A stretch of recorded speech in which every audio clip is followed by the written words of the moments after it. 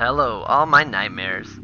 Welcome to another Daughter of the Moon leaderboard run, brought to you by Midnight TV. I'm going to be using the Ice Sage in this run, which is a little more complicated than some classes. The Ice Sage has to use all of his abilities to not only maximize damage for himself, but also for the rest of the group. However, this video is primarily going to be about watching me play the Ice Sage in the Daughter of the Moon hard mode encounter. So stay tuned for my complete guide to playing Ice Sage optimally. In that video, I will be going over the best gear that you need, as well as the optimal damage rotation. Until then though, let me provide you a brief summary so you can follow along with what I'm doing in the fight. The gear you want should focus on inner regen, attack speed, and cooldown reduction. Always have your frozen ward buff active, it's your number one skill. And spam your right click as much as possible to use your Ice Crash ability. Also, remember to use your left click whenever you can. There may be times where you are energy starved or way too far from the boss to utilize your right click. The Big Chill ability is the Sage's ultimate. The key with this is to use it as much as you possibly can. But if you're using more than one Ice Sage, never overwrite their freeze. The rest of my speaking is going to be about the fight itself and your role as an Ice Sage, so sit back, relax, and enjoy. Phase 1 is a breeze, just don't be too close unless you're using your ultimate. Phase 2 is also fairly simple. You want to try to stay at her backside if you can to avoid most of the gunshots that she uses. But pretty much both of these phases are going to boil down to maximizing your damage rotation and not pulling aggro from the boss. Alright, now it is time for Phase 3. Once Phase 3 hits, you need to back off and ensure you do not steal aggro. The key factor here is prioritizing that the Daughter of the Moon is moved far away from her gun before you focus on your rotation again. It's always going to be better to be safe than sorry. Hang back and use your left click at a distance. Once the boss is positioned correctly again, head back in for a freeze and continue with your right click spam. Be aware of going into freeze when she's performing her KO sword attack. Your shield will save you, but then you have to use energy and time to put it back up.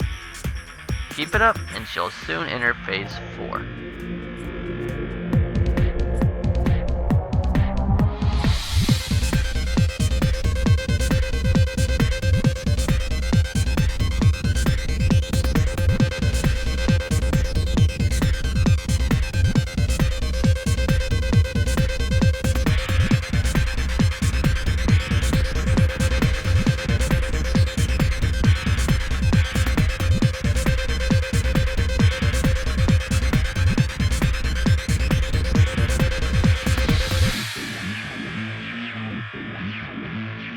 Phase 4 is where things get pretty tough on you.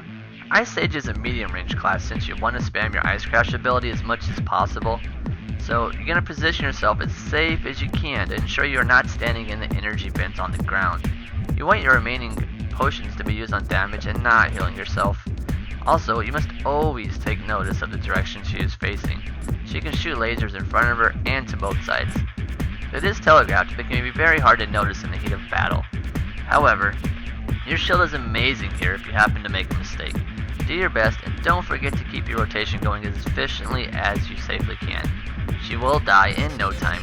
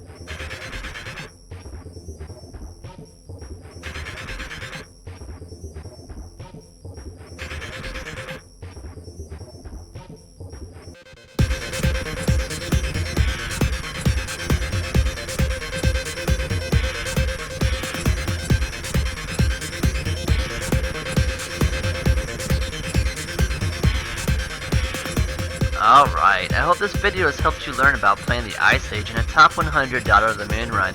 Please consider subscribing and liking if this has helped you or you enjoyed the content. I'll see you again soon. Bye, Nightmares.